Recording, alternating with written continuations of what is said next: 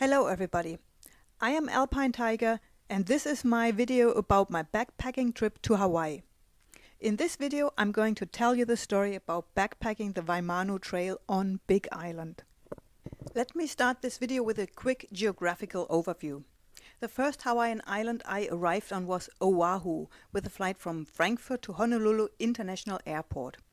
There I stayed about a week to adjust, rest, explore Honolulu, enjoy the beaches of Waikiki and also visit Pearl Harbor. After a week in Honolulu, I flew to the next island, which was Big Island. I arrived at Hilo International Airport, took a bus ride along the northern coast to a small place called Honoka'a.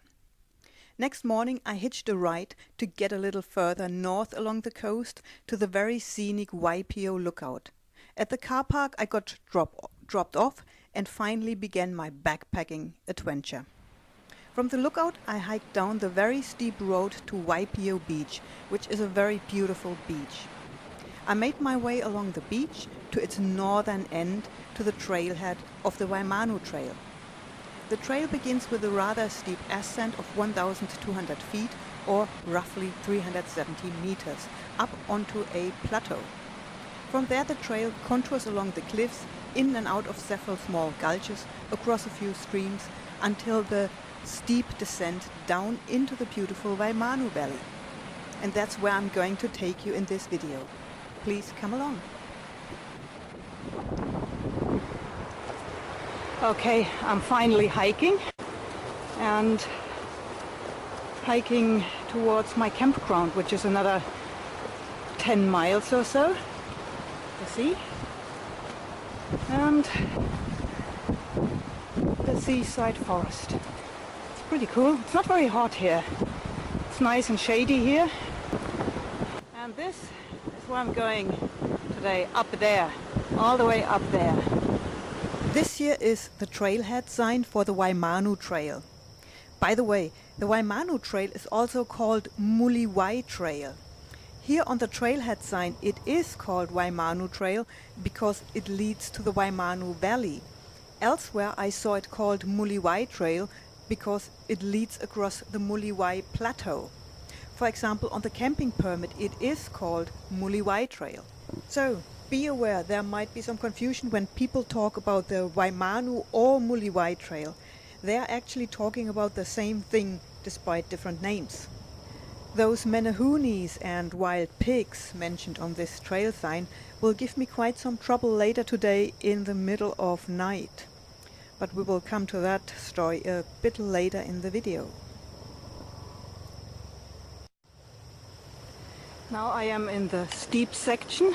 It's uphill. It's not too hard at the moment. I've done steeper trails in the Alps.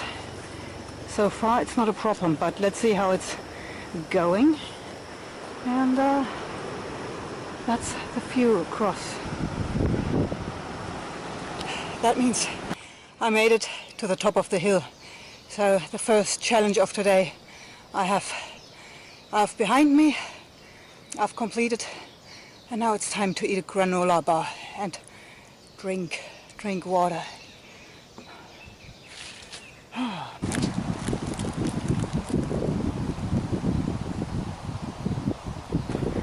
Still a long way to go to the campground.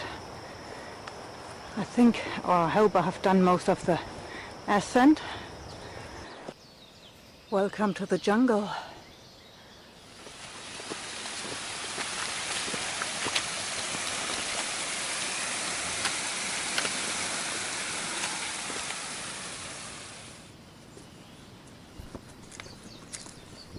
I started relatively late today.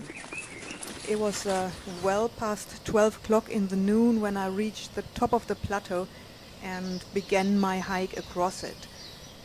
It's late afternoon by now, and as you can see here the sun is already relatively low. I've been hiking slow. I've been photographing and filming, and my backpack feels like I've loaded a ton of bricks. This here is the trail shelter. I won't reach the campground today. It's been a long hike with a heavy backpack and I'm tired. I'm just tired. So I rather set up camp here tonight. I have everything I need to make an emergency shelter. My new tent is freestanding, so I can actually set it up right here in the shelter because I don't need any tent pegs to nail it down. And I'm all alone here. There's no one else, so I guess it's going to be okay. During the darkest part of that night, when it was too dark for filming, I had a rather scary adventure. I woke up because the forest around me became alive with noise.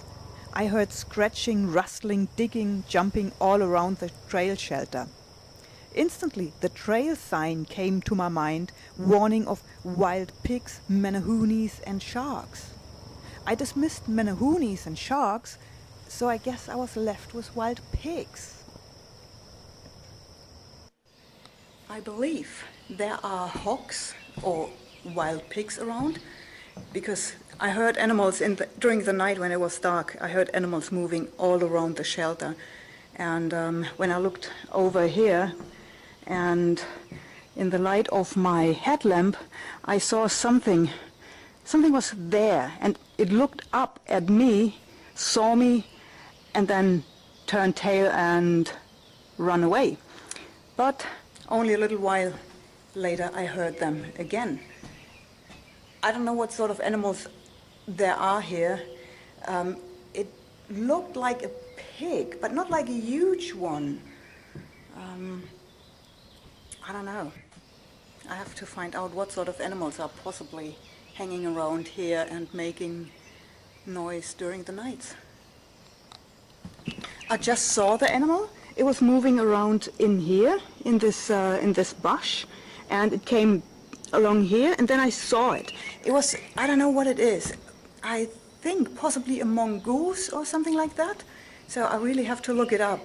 That was kind of cute, and it seems to be this. It seems to be his. I don't know. Maybe this is his home, and I slept in his home, so he was kind of pissed probably with me staying here overnight. Back on the trail now. I'm actually still laughing about my nightly adventure with one very busy mongoose, which I thought was a herd of wild pigs, going to eat me alive, tent and all. Just for the record, there is a huge difference between a cute mongoose and a wild hog, seriously. But I guess when you're all alone in the forest at night, in the dim light of a headlamp, it is plausible that a mongoose can turn into a hog. But it's still a funny story, isn't it?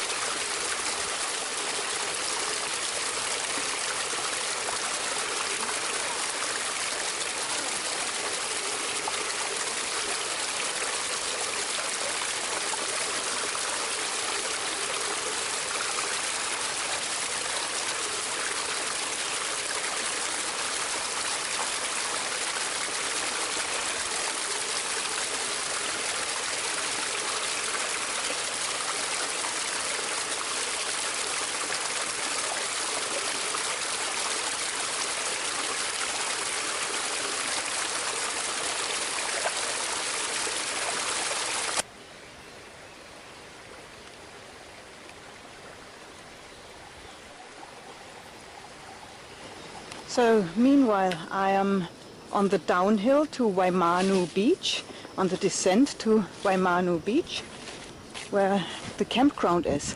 Down there, that's Waimanu Valley, and over there, maybe visible just a little bit through the trees, is the beach, and somewhere must be the campground. Well, here is the beach. I'm finally down in the Waimanu Valley. The cliff that you see here on the right is the steep side up to the Muliwai plateau from which I just came down. And this is the view into the opposite direction. All I have to do now is to cross this stream to get to the campground, which is just there on the other side under those tall trees. And this is the view into Waimanu Valley. Hikers told me not to cross the stream where this rope is. Can you see the rope spanning across the river there? I don't know why it is there. It looked very threadbare. I doubt it would hold a person. The water there is relatively deep. A hiker I saw tried to cross there and the water went up to at least to the middle of her thighs. It's easier to cross the stream closer to where its mouth is. There where the many ripples are and the stones come out of the water. There the water goes no higher than middle of shin. So I'm going to wade across this stream now, set up my tent, eat and enjoy the beach and valley. But about all this I will talk in my next video. That's pretty much it for today. I still have a lot more material coming about my hiking and backpacking in Hawaii. Please like and subscribe to my channel and don't forget to join me on my next episode of my Hawaiian adventure.